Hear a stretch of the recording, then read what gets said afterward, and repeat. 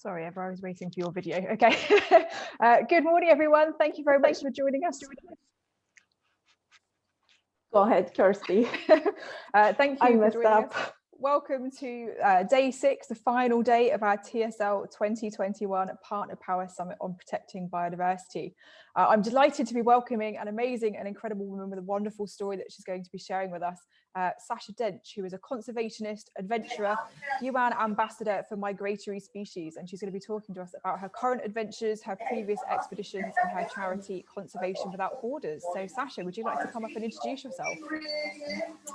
Come up, as in say hello. Yeah. Hello there. You have introduced me admirably. Yes, I'm in the middle of an expedition at the moment, literally. And I'm sorry, we're going to do this from the field, which was great, but we just got stuck in a downpour, so I had to take cover in a cafe. So apologies for any noises you might hear in the background, but hopefully we can deal with it. And at least I've got nice coffee rather than. So whereabouts in the country are you joining us from? Merryweather, is it? We were at basically on the Cumbrian coast. Okay. We're heading for a place called Cockermouth. It's suffered from pretty extreme flooding events in a couple of times in the last decade. So we're on our way over there to speak to locals about climate change, but didn't quite make it. We had to land in behind a load of wind turbines. Oh my goodness. So perhaps you'd like to introduce yourself, Sacha, and tell us a little bit more about your adventures and your previous expeditions. I've got a couple of PowerPoints and slides to share with you.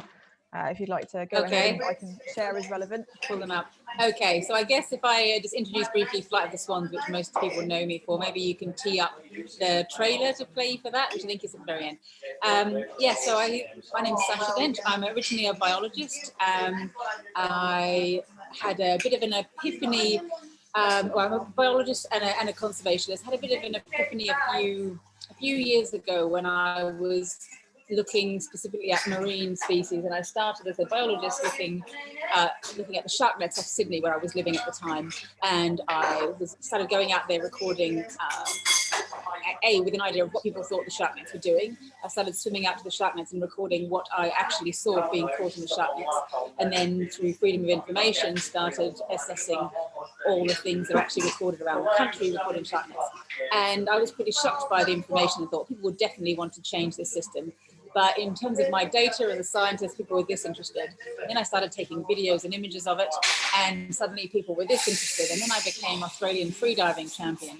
And suddenly people were very interested in what I had to say, and sometimes didn't even ask if I had any scientific training. So it gave me a bit of an insight into the power of bringing story and imagery and human endeavour into conservation issues, and trying to use those to shift people's perceptions, but also allowing people to feel like they've come on a bit of a journey and to sort of discover things for themselves through what you've shown them. And I suppose take a massive jump then to an expedition that I did about 4 years ago now, which started from being asked to look at helping scientists from Russia to the UK with the issue of the massive decline in the Buick swan. It's a swan that migrates between Russia and the UK across 11 countries. And we had lost about half of them in the last 20 years. So some years, 1 in 4 don't survive their return migration. And it was really challenging to conserve migratory species, because every country can say, well, we won't do our bit because the other countries won't do their bit. And there were many different industries involved. So they have collisions with power lines, there's changing land use. There's illegal shooting in some countries. There were complex issues, all of them. And I just thought what you need is one big a story to attract people, because the stories we were telling people about the deaths of swans was a really miserable one, not one that anyone actively wanted to engage with.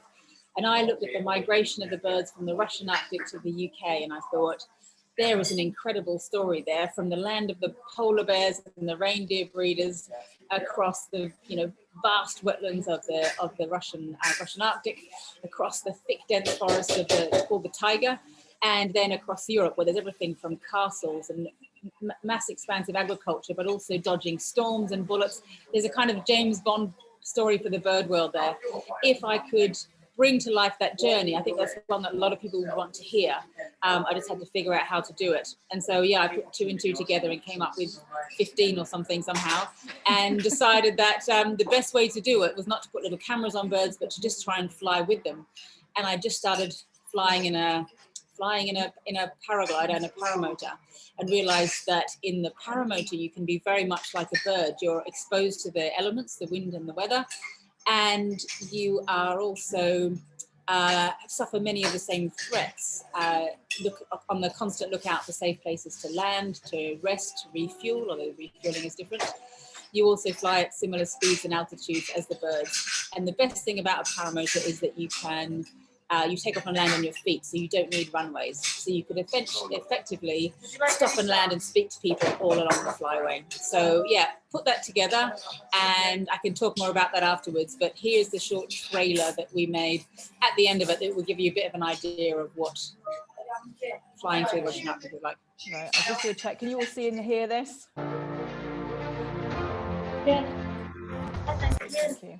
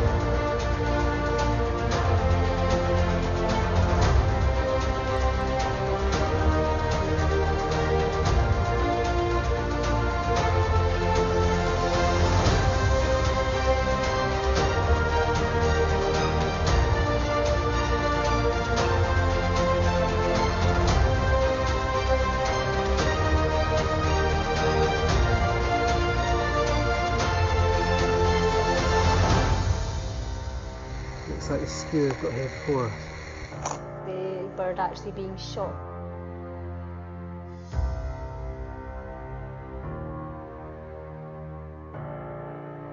Could be the end of that nest.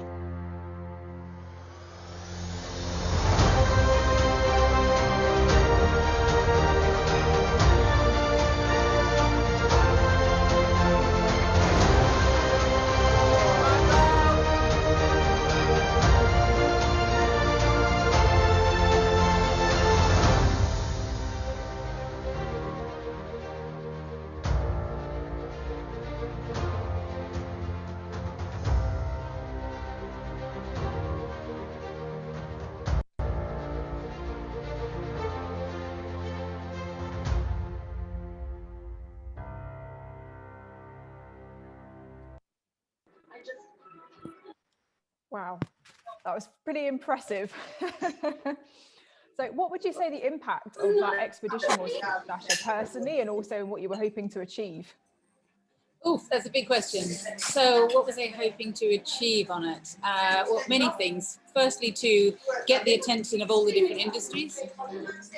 Get the attention of all the different industries that we needed to speak to. In particular, we needed to look at the illegal shooting. So 1 in 3 living birds today of those swans has got shot in their body. So there's a lot of shooting going on in some places. So we needed to raise awareness of that.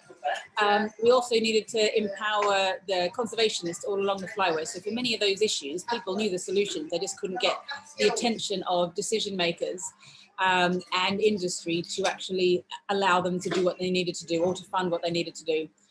So those were the key things, and speak to a lot of people. Basically, rally mass public support for the swans along a flyway, where a lot of people will think, well, I've got swans that are kind of regularly at the kind of pond not very far away from me, because they're thinking of the mute swan that we commonly see around the UK, not realising that there are 3 different species of white swans. So yeah, just get general and mass and media interest in the swans. So did we succeed? I suppose I can give you a few different examples, but the big teller is that the last counts show that for the first time in 25 years, the Buick swan numbers have started to go up again.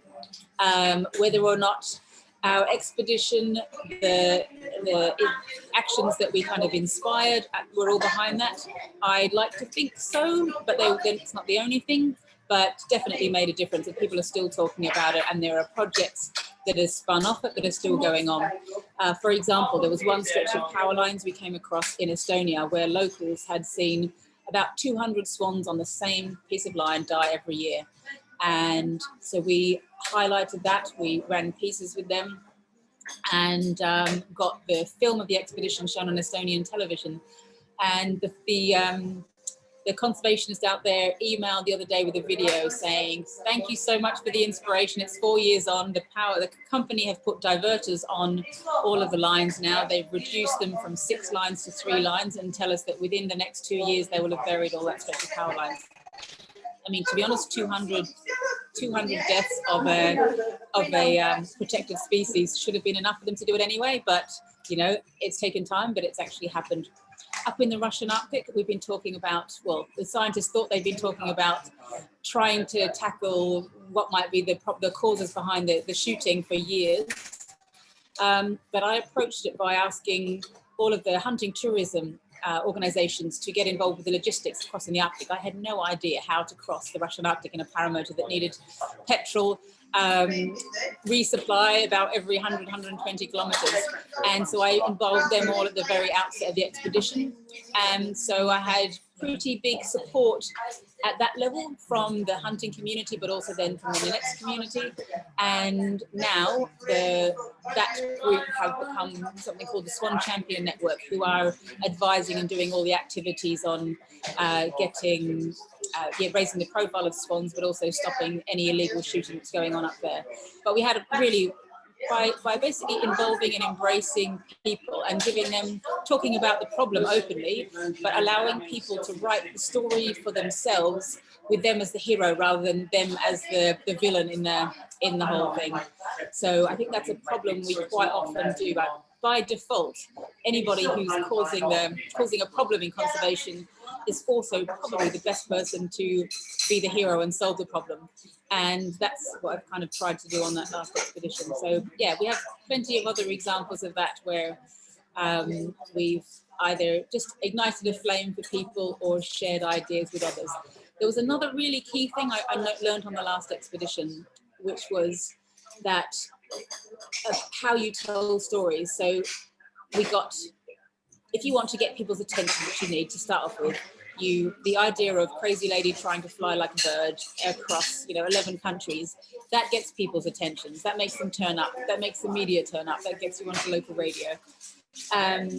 But the stories then of what it's like to fly with the birds, what it's like to see the world from their point of view, what scientists have learned about birds over time, that gets people's imaginations going, but none of that makes people act.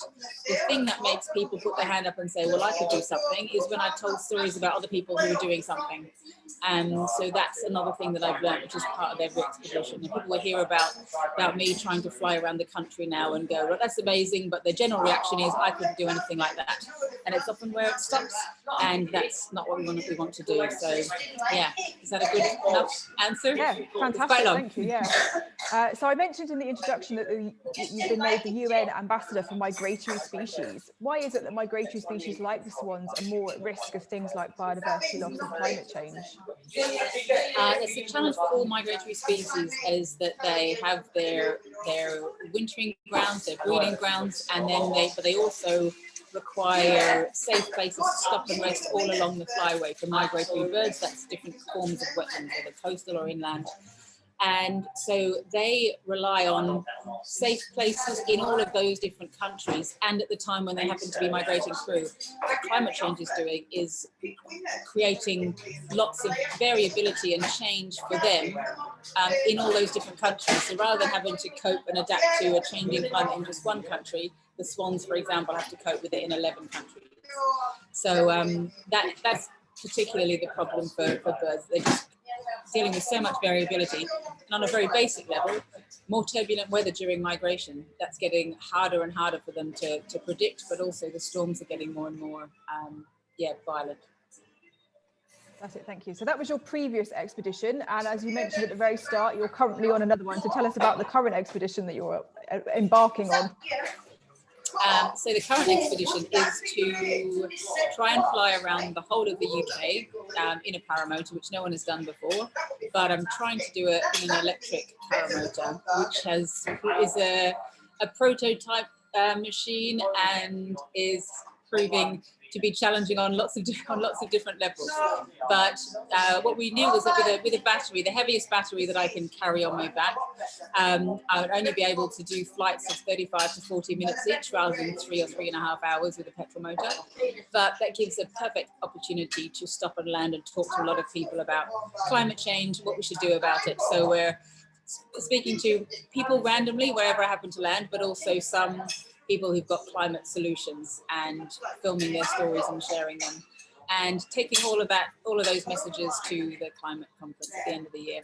Fantastic. And I've got a short clip that I can share with you for this expedition as well. So bear with me one moment. Can everyone see and hear that? This summer, I'll be taking on a record-breaking challenge, flying 3,000 miles on an electric-powered paramotor around the entire coast of Britain. Landing, meet the people working hard to tackle the climate crisis. We'll be showcasing their stories and solutions, not only in the air, but on the ground and underwater. It won't be easy. Not only has this never been done before, this will be the longest journey ever attempted by electric paramotor. The team and I want to prove what can be achieved with the latest technology, innovative thinking, and just being bold enough to try. And this is just the start. We want you to follow and be part of this record-breaking journey. Help us to make this the biggest climate change campaign in history by rallying companies to get behind Race to Zero and breaking a second world record with the most pledges to act on climate change in 1 month with Count Us In. The question we're really asking is, if Britain drove the Industrial Revolution, can we drive the Green Revolution too? We will be taking the answers and your voices directly to world leaders at the UN Climate Change Conference. This will be a journey to see not only how far we can go without fossil fuels, but also how far the whole country is prepared to go to tackle the climate crisis.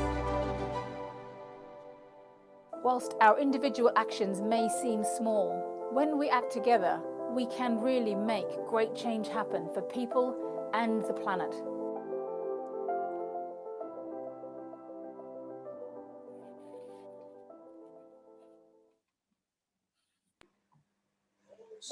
There we go. So obviously this challenge links in with the COP Climate Summit, which is happening in November, and you're going to be attending that conference. So what are you, who are you hoping to speak to? What influence are you hoping to have when you get to COP? Oh, to be very honest, a lot of the big decisions will be made for COP itself for that particular conference. But our plan is to go to all of the major conferences on climate change, on biodiversity, on deforestation, on desertification, most of those virtually, to share stories of the real world and real people's voices. So I guess the influence you can have at that event itself, whilst I'd love to think it would be huge, we will be there in whatever form it is. I think it still may not be an in-person event, but we will certainly be sharing stories and voices of people from around the country at that event. Whether we'll influence the decisions made there or at the next ones, but we're certainly intending to bring stories from here and around the world to all of those events in future, just to remind leaders that are making decisions on paper that they're making decisions about the future of real people and real places all over the world. Absolutely. And you mentioned in that video a second Guinness World Record that you're attempting to break, the Count Us In. Yes. Can you tell us about that and how people can get involved? Yes, I think that's really exciting. So it's I've become an ambassador for Count Us In. It's the official public engagement, I suppose, campaign of COP26. And the idea is that people are encouraged to go on there, look at 16 different actions that individuals can take that can have a significant influence on climate change. And like what I said, with people hearing stories about other people doing something, they can then see that small actions will all add up if lots of people do them. It's similar with Count Us In. It's everything from driving electric to just eating more plants, eating local, eating seasonal, buying clothes that last, looking at where your pension is, for example. all of those things can have a big difference. So there's a whole lot of 16 actions in about 2 minutes. You can sign up, pick which ones of those you can do, and you then become part of the Countersin record. And if we happen to break in any 1 month period the number, which is currently very high, we have to break 140,001 people in 1 month, then ideally we'll break that second world record, and everybody who's signed up to Countersin will be able to get their own certificate, which seems daft. I have one Guinness World Record certificate, which I'm a bit embarrassed about, but actually it's a major talking point when you have one on your wall. And there are lots of Guinness World Records that I kind of think seem a little bit ridiculous, but helping to break a Guinness World Record for action on climate change is one that will actually matter. Yeah, absolutely. And the Trust for Sustainable Living are supporting you in that. I've put in the chat Trust for Sustainable Living links where you can join the Countersin campaign. So I'll share that on our social media and Facebook as well. But if you're viewing now, want to join and participate in that, the link is in our chat. So you're also making education an important part of this visit. So how can teachers and schools and students and people get involved with the expedition that you're on? They can sign up, go to the website at climatechallenge.live. There's an education link there. Climatechallenge.live is the full link to the website. Is that this one? And so we're producing, I can't see anything on the screen, but I believe there's a map that will be tracking us. And so every Tuesday and Thursday we'll produce a video for the expedition, and there's also a competition alongside it as well, and opportunities for teachers and students to ask questions, that we'll answer live. Fantastic. And thinking about your advice more generally for students and for young people that want to get involved in conservation and biodiversity protection, what would you advise them? Oh, that is an interesting one. I guess it so depends on who you are. So that's the thing. I think I've always known that conservation would probably be my life's mission. From the time I burst into tears seeing the whole hill slope behind our house where we lived in the southeast of Australia was clearfeld. It was forestry land, it was clearfeld. And I didn't really know why as a child, but seeing it all clearfeld, after I was dropped off from the school run, I stood at the top of the hill and I just cried. It's just like, this was clearly not how things were supposed to be. And then I think, I suppose I can only really say what my path was, that I volunteered with lots of different people and learned and asked for lots of questions. So early on, it's pretty hard. You can see issues that interest you, but learning different people's approaches to trying to solve it, I think, is really important. The other thing I found for me in my early 20s, I was really stressed about what I was going to do, how I was going to really make a difference in the world. Where was my strength really? I told myself that at 21 that actually I would just try and do a bit of everything until I was 30, until I figured out what I was really good at, and that would be what I'd do. So don't stress if you haven't got all the answers straight away.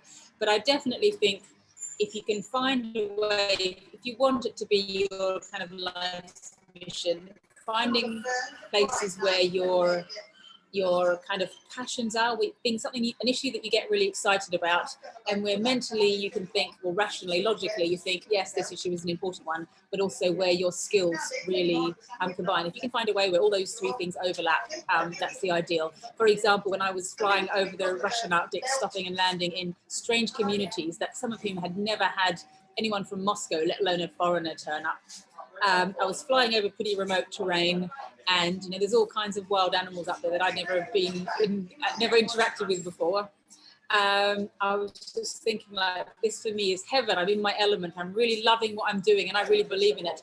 For a lot of people, this would be hell, being stuck out in the middle of nowhere, potentially having to land out somewhere, meeting strangers whose language you didn't really speak.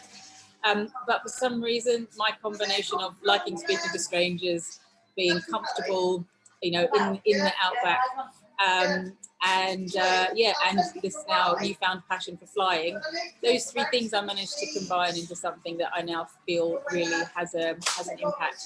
So, but yeah, don't try and take inspiration from that, but the idea of finding out where your skills are and exploring those where you can, what you are passionate about, and what you really think is important. Great, thank you. And all of your expeditions have been named challenges, and you've obviously come across many challenges throughout your career. What would you say has been the biggest challenge for you? That's a hard thing. I think because the challenges are, I think I like challenges. For me, challenges is a more positive way of talking about a problem. So,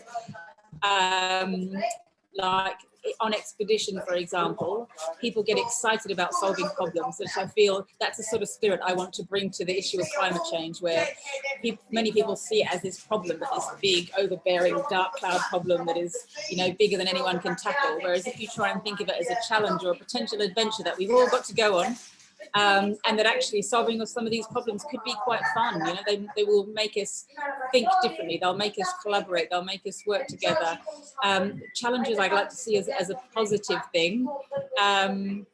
Early on, I suppose the challenges in terms of getting to where I am now, with convincing, having enough self-belief to actually go for it. You know, I really thought Flight of the Swans would work as an idea, despite the fact it seemed ridiculous. You know, you could look at a paramotor, this little piece of fabric with a propeller on your back. You can see that was not designed for international travel. I was talking to scientists who are from some big organizations that are quite traditional. The idea of trying to solve a conservation issue in this format was pretty out there. Surely they would all like ridicule me. And the Russian Arctic, I had no idea how to convince the Russians to let me fly across 5 of their heavily guarded border regions in a little aircraft that couldn't be picked up on radar, with cameras and wanting to talk to people all along the way. So enough self-belief to actually put all that together. I sat on that idea for about 4 months before it just kept keeping me up at night. And then eventually I just thought, I'll put it out there. And I got a message back which was, oh my God, this is so bonkers, but it's so bonkers it might just work. And with that, I realized I'd got to a point where they were all so desperate for a solution after 20, 25 years that they were prepared to try it. And so maybe be prepared to go for it and not be scared of failure, because I've had many failures in my career and nobody really remembers those. I think the most important thing is that you've tried. Absolutely, thank you. So, and speaking about challenges, I'm delighted to announce, while Sacha is with us, that we are going to be partnering with Conservation Without Borders, Sacha's charity, for our next 2022 Sustainability Challenge video competition. So supporting TSL's theme for next year, which is going to be climate action, which obviously is something that's very close to Sacha's heart as well. We're going to be asking students, teachers, adults of all ages to take part in our video competition, which is going to be starting the 1st of August is going to be our launch date, and ending the 1st of October. And we're asking you to share your 1-minute video messages to world leaders on the need for urgent climate action and driving forward the green revolution. So more details of these will be available on our website, but we're delighted that we're going to be partnering with Sacha and her team on this to watch all the videos that come through, and we're going to be sharing these videos with the world leaders at the COP summit. So we'll have a chance for our viewers to vote on their favourite videos on all of our social media channels to try and get as much publicity for these videos and promotion in the run-up to the COP summit, but really thinking about how we can get people of all ages involved and have your voices heard by government leaders. So thank you, Sacha, for partnering us on this one. We expect you to be a judge as well. You'll have finished your expedition by then, so it'll be a chance for you to settle down on dry land. I might not be quite finished, but I'll try. Oh, by October, yes, I'll be done by October, yes. I thought you were saying by the 1st of August. I was looking at the weather outside and thinking maybe not. No, we're going to launch the 1st of August. We need to finish wrapping up this year's summit, and then this is going to be the first competition we launch for next year as well. So thank you for sharing that screen, Carl. That's perfect. So as you said, you're hopefully going to be finished by August. So what is next for you, Sacha, after you've conquered Britain and you've got world governments to combat climate change? I'm 100% sure we won't be finished by then. So then we carry on with the rest of what we've called the 2030 Global Challenge. So that's a series of expeditions around the world in the style of Flight of the Swans and this one. And the next one is the Flight of the Osprey. So that will be starting from Scotland the second week of August next year, and following the journey of the Osprey from northern Scotland down into West Africa and around to Ghana, which is potentially maybe going to be the site of the next climate conference as well. So hopefully we will be taking stories from the UK and Europe and from across West Africa into those meetings as well. But that is going to be a really interesting expedition with a slightly different flavour again. We will have a research team of 3, a media team also sharing it, and we'll be really looking at the world through the eyes of the osprey, but also all the threats to migratory birds, particularly with an angle on climate change, and what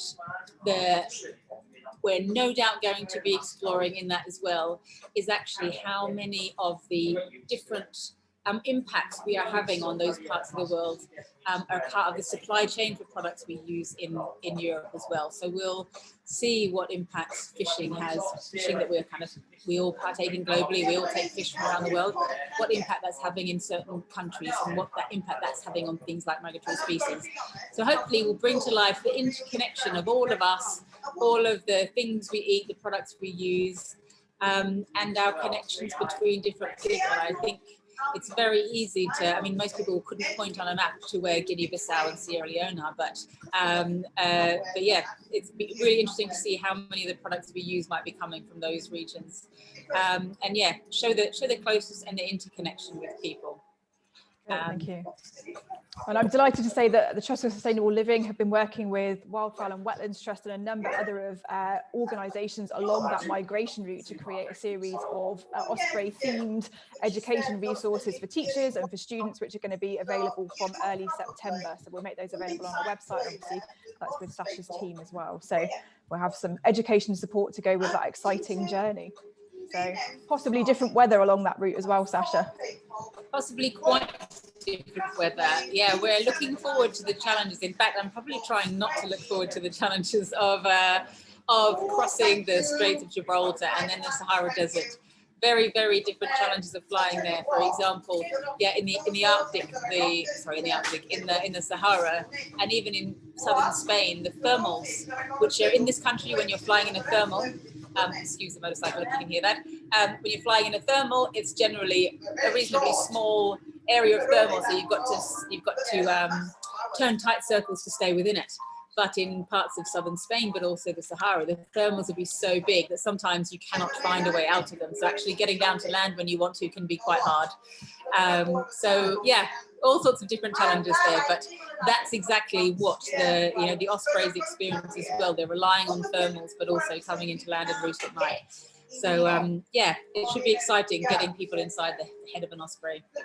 Yeah, I'm sure. So how long does it take to plan these expeditions? Obviously, you're talking about cross-country borders, you're talking about getting lots of different people involved and engaged and getting various permissions and visas and injections possibly as well. How long does it take to plan? A very long time. I started talking about the flight of the osprey 3 years ago. And there's planning, and then there's the fundraising, and then there's making sure that you have an impact. So once you've got an idea of where it is, we've now also got, we can't just be talking to governments, we can't just be talking to people, we're also trying to speak to the companies that are running lots of the land use all along that flyway. So yeah, it takes a lot of time. I'd say it will have taken 4 years by the time we do it, which is, yeah, next year. Yeah. So between planning and actually doing the expeditions, do you get any downtime, and what do you do to enjoy that? Downtime. I think the expedition is the downtime. That's when it's all come together. So right now, whilst this is challenging, we've been flying behind wind turbines and in spits and then stuck in the middle of the rain.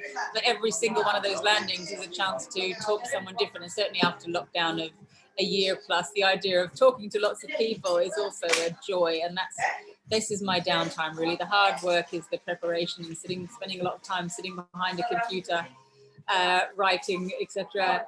This is the joy when we can bring it all together and share stories with people. Fantastic. So we're getting some amazing comments coming through in the chat. If I just share a couple with you.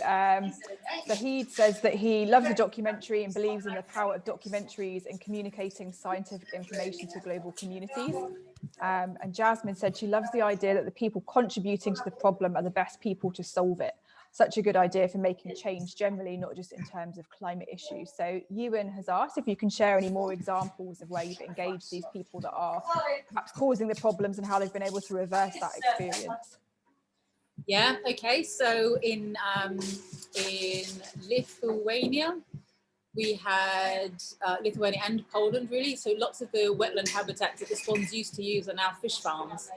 And one of the big challenges for swans has been over the years, so since the mid-70s, the swans spend more time, there's less and less wetlands, so, and also less and less wetlands with enough plant life in them to feed the birds. So they're now, since the mid-70s, spending more than half their time foraging on farmland, on waste crops, etc. But they still have to go back to wetlands to roost in the evening.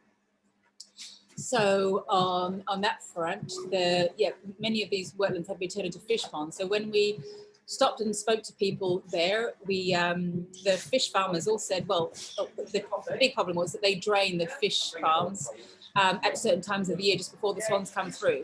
And their answer was simply, well, if we'd known that, we could just keep the water level high. We don't need to drain them. Then we could keep the water level high, so at least the swans still have them as areas to roost and to go out to farmland. So that was one very simple thing. We just had to approach them in the right way. The Nanets people, when we talked about the challenges for the birds, they were very practical in telling us that the swan migration now happens because of the changes in seasons, more in line with the very strict hunting season they had.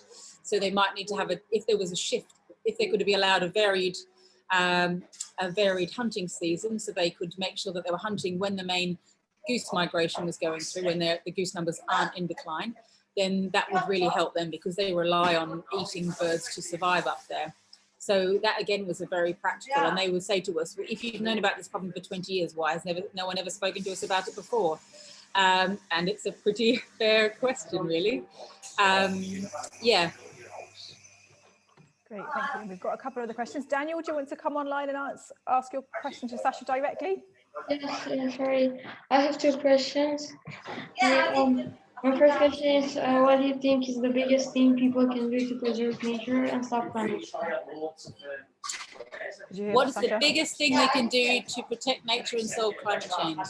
Yes. Oh, well, it depends very much on who you are and what your personal power is. So I guess that's the thing. Look around at all the influence that you can have. And as a young person with a voice, I'd say a really good place to start is actually the Countersim program, where Kirsty put a link to beforehand. That gives lots of ways that you can influence both what you do at home, but it also mentions talking to people, using your influence like that as well. So that's a really good place to start. It shows you all the areas that you could have influence, and then you need to look broader about what issues you are really passionate about. But definitely trying to consider your carbon footprint in everything you do, which is a bit of a hard thing to do when you're young, but you and your family do, and then look at what spheres of influence they have. Great, thank you. And Daniel, did you want to answer your second question as well? Yeah, sorry. My second question is, how can we engage in similar expeditions in the future? Because it looks so exciting. I can't hear that exactly. I'll say it a little bit louder for you. So Daniel asked, how can they get engaged with similar expeditions that you're going to be running in future to support you? Because it sounds very exciting. Ooh, where in the world would that be? So in the UK, there is things like Explorers Connect, which is a group where people can get together when they've got an idea for an expedition and they're looking for crews. Quite often expeditions now have an environmental element to them as well, but also come up with your own expedition. So start kind of small and local. My first expeditions involved trying to make an igloo in Australian snow. It wasn't ideal, but it was literally me and a friend hiking up a mountain and trying to build an igloo and stay out in it, or trying to observe what wombats do in their burrows by setting up. We had lots of wombats. It sounds exotic, but we had lots of wombats on our property. But we realized there was lots of things nobody knew about wombats. So we did sort of stakeouts and watched what they did. Some of them actually make gardens out in front of their burrows, which is really fascinating, and kind of seem to just go out and enjoy the garden. So yeah, I'd say look around locally at things that interest you, and just start exploring and developing your skills that way. That's definitely where how I got the confidence to be doing much bigger expeditions. I was given a lot of freedom as a child, and I also lived in quite remote areas where I had to entertain myself quite a lot, but also found friends who were interested in expeditions as well. So I'd say start small, exploring a skill. I did actually join the Adventurers, which is a form of scouts in Australia, and it's called the same in other parts of the world. And that was also another way of learning from people, but also going out and doing things on your own as well. Whether or not I'd recommend anyone else goes out and flies paramotors, I don't tend to encourage lots of people to do it, because it used to terrify me.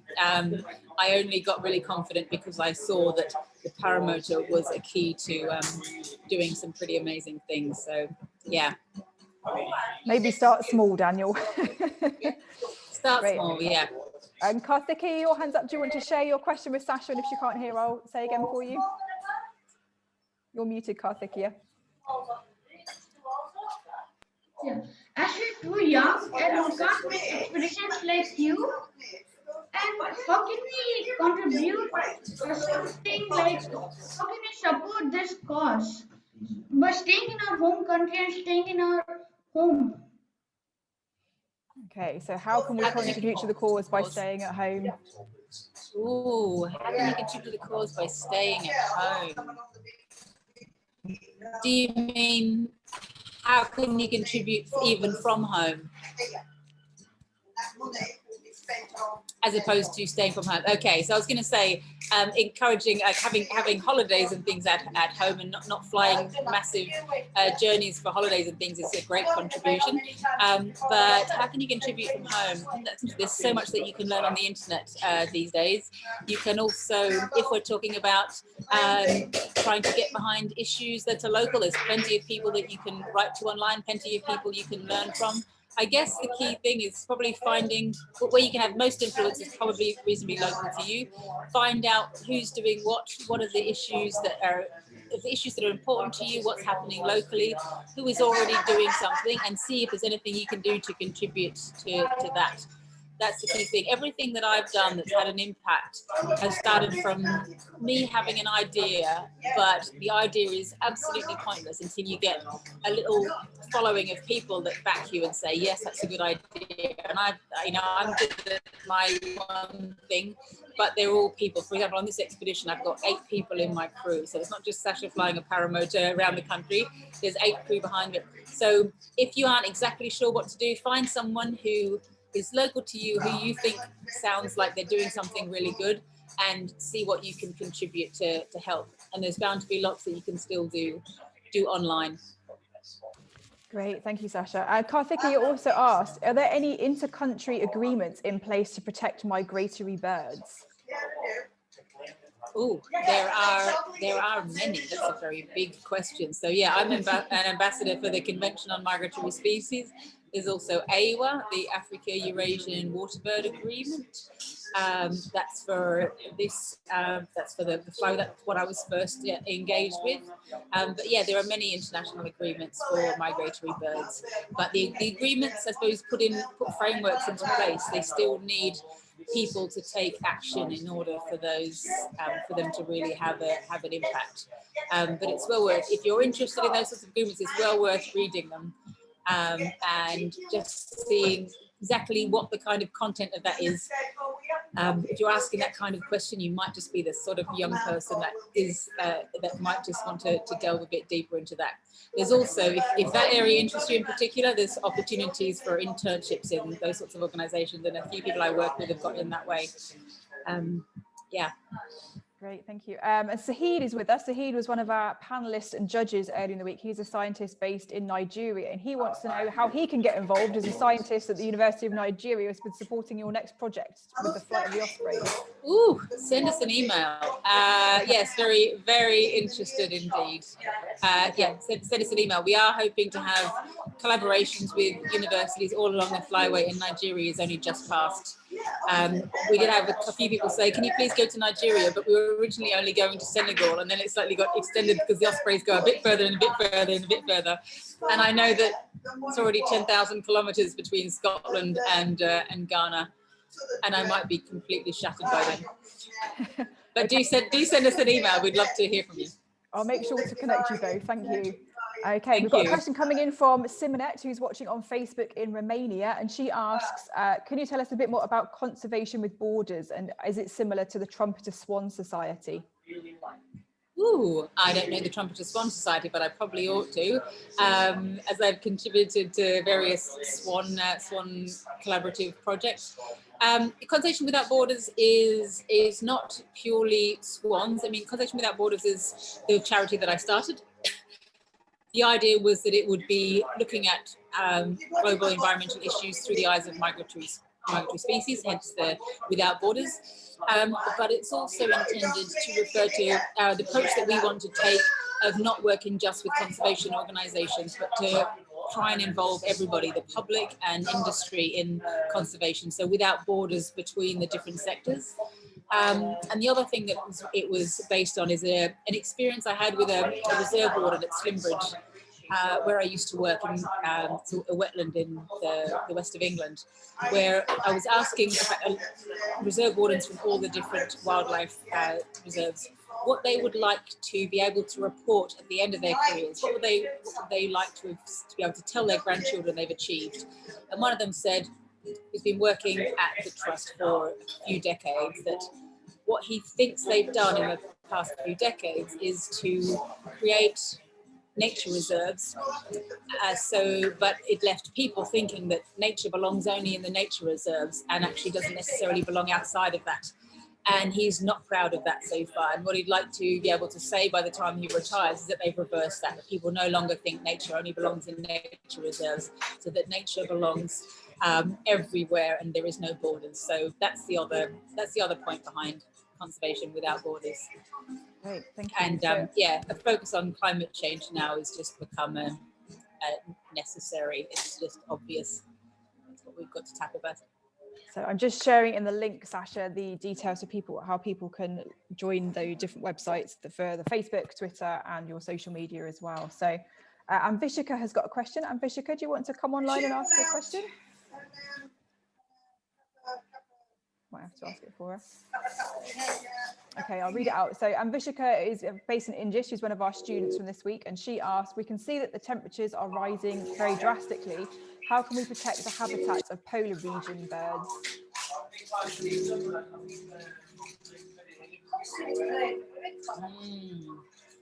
The polar regions are they're the areas that are really going to struggle with climate change. The key thing for me is looking at the big picture and trying to turn global economies around in about the next 10 years to really all try and rally lots of people around that. It will be really hard to protect the Arctic from change. The change is coming, the change is already there in many ways. The key thing, I suppose, is to keep big natural spaces, because if our species are going to adapt, they need complex biodiverse areas, not kind of farmland to try and work with. They need big connected corridors of wildlife. So, making sure that the wild space exists so that species can adapt as best they can. That's the key part to it, and do what you can on climate change. And if that starts with getting involved with counter-sin, then that's where it should start. Great, thank you. And Vishka also asked, with growing technologies and developments, migratory birds are facing dangerous obstacles like clashing with tall buildings and wind turbines. How are we going to protect birds from these future developments? So with the swans, the issue wasn't the wind turbines, but it was the power line network. So power lines are probably the biggest killers for swans, for example. So yeah, it's a big issue. We are working with energy companies wherever we can, and so is the CMS and others, because there are ways of preventing that. You just have to put a bit of forethought into it. So look at where you can do sort of sensitivity mapping, where you look at where migratory birds are flying, where the best thermals are going to be, that are going to attract different sorts of birds, but then also make sure which kind of birds and which kinds of power lines. So there's lots of different ways, for example, of building power lines. The key thing is that those who are at the front line on creating these power networks are well aware of those, and that's part of their job description, is to make sure that they're not only installing enough wind turbines to keep us running on renewable energy, but they're siting the power lines in areas where they're not going to cause, where they're going to cause the minimum impact. So you can never protect birds completely from where they'll cause the minimum impact, but also design them in a way that they will also have the minimal impact on birds. So it's a combination of solutions, but lobbying, I suppose, to make sure that that is right up at the front line of any new development, and redressing the balance where at the moment I can very easily be dismissed on saying, oh, we can't bury power lines because it's too expensive.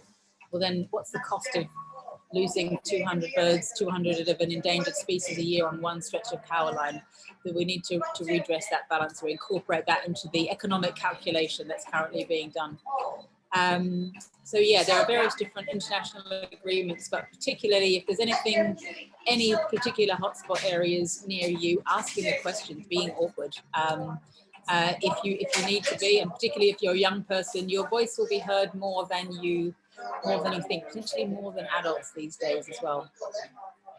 Great, thank you. And this is a personal question. I watched one of the videos you sent through earlier, and you were practicing putting down and collapsing your chute and then having to reopen it. So what's been the scariest thing you've experienced? Because that looked fairly terrifying to me, but I imagine there's been other experiences as well. No, I think that probably is up there as the worst of all. What people on this call won't know is that I only started flying paragliders to get over a fear of turbulence. I had a horrible experience in a plane in Panama, which left me terrified and gripping the random people next to me anytime we hit any turbulence. And so I only started flying a paraglider because I needed to overcome this fear, and to do that I thought I needed to understand air, and in a paraglider you're connected to the wing with lots of lines, so you feel what the air is doing. You can learn to read the air with it, and it's a very simple aircraft, so I could check all the lines, all the bits of fabric. But I hated it. For 2 years I would do this tiny little flights and then land again and be like and so yeah, I only then started paramotoring because I realized the amazing tool it could be for aerial imagery. And so yeah, for Flight of the Swans, when we were looking at the sort of terrain we were covering and realizing that there could be some fairly extreme weather events, I had to know that I would be able to handle those extreme weather events, because they might be in the middle of nowhere. So putting myself through that experience in Turkey, where you forcefully do the worst things possible to your wing, make the whole thing collapse, and it thrashes around and you're falling, you need to know in that moment of panic that you'll do all the right things. And that was, I would say, the hardest thing I've ever had to do. And I could do it in the morning, but by the time it came to the late afternoon, when I'm getting a little bit more tired, finding the internal resolve to go, yes, I'm going to make my whole wing collapse and then try and open it up again, even though I was above water, so it would have been a softish landing. It was much easier to do in the morning when you're wide awake and focused. Yeah, that would be the most scary would have been the bad flight in Panama, but the flights over Turkey collapsing my wing would be up there as the most terrifying. Yeah, but definitely I wouldn't undo that, because it now means it's set a bar like this, so I know I can handle that. So any of the turbulence I hit across Russia is like, nah, I know I've had much worse than that. So it was worth it. Absolutely. It made me tough. I think Ewan will probably agree with me, as that someone that organises school expeditions, practicing worst case scenario safety is key before you go anywhere and do anything. So fantastic.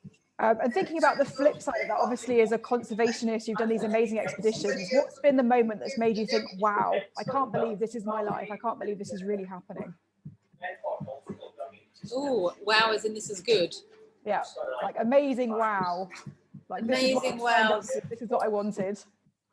Amazing wows. Okay, I mean, they haven't always been, when I've been doing something, it's, well, I guess moments like getting a message from, as I mentioned earlier, getting the message from Estonia, from the guy saying, thank you so much. After, 4 years, we finally solved this problem. Like, hearing people say things like that has, makes the physical strain of an expedition worthwhile. Proper wow moments, I suppose, landing with the Nannettes, who are, they're hunting, communities that survive on hunting, where people have said, if you're going to go there and talk to them about hunting as a problem, they will, hunters in general will shoot at you. And I'm certain they won't. I'm absolutely certain they won't. And the sort of reactions that I was getting, when people would instantly kind of go, come into our house, oh my God, do you need help? And then would sit and listen and then come up with solutions rather than, attack you for it. Those moments were like, I had thought this is how people would work and would respond, and it did. That was great. But there've been amazing natural moments as well. Some nothing to do with flying. I think the first real wow moment for me was ending up in the water with a humpback whale that was in the middle of, I was just swimming, and suddenly I heard this grunting noise, and I took a proper look down, and there was this whale doing a sort of turning in the water. There was two of them with their heads up in the air and tails down, obviously in the middle of some sort of courtship ritual. And this massive fin came towards me with, they've got quite large lumps in the front of the fins, and it was like, I was looking at it thinking, oh gosh, this is going to hurt. And it stopped about a foot away from me and did a couple of really gentle twists of its fin, and then carried on when it was going to miss me. And a moment like that, where you'll kind of have a big close interaction with an animal that is also kind of gentle and respectful to you, is absolutely magic.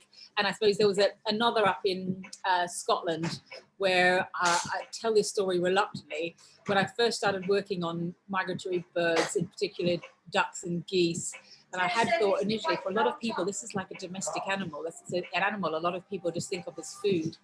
How am I going to make them exciting in terms of conservation? And I went out to this reserve for a visit, taking a couple of media people, and suddenly the reserve warden says, "Get down," and 25,000 barnacle geese flew over my head, and it was so awe-inspiring that I filmed it. But I was kind of in shock afterwards, and I thought that's another magical moment, and a sign of the kinds of what can happen if we let wildlife, if we give it space and let wildlife come back. They're the sorts of awe-inspiring experiences that people, decades ago used to have when numbers were much higher. So yes, more moments of bringing more of that to people. Great, thank you. And I know that you're a very busy lady, so I've got one final question coming to you from Karthikeya, who's in Qatar again. So he says, do you think adding issues like those we've discussed today to the school curriculum will help alongside future actions?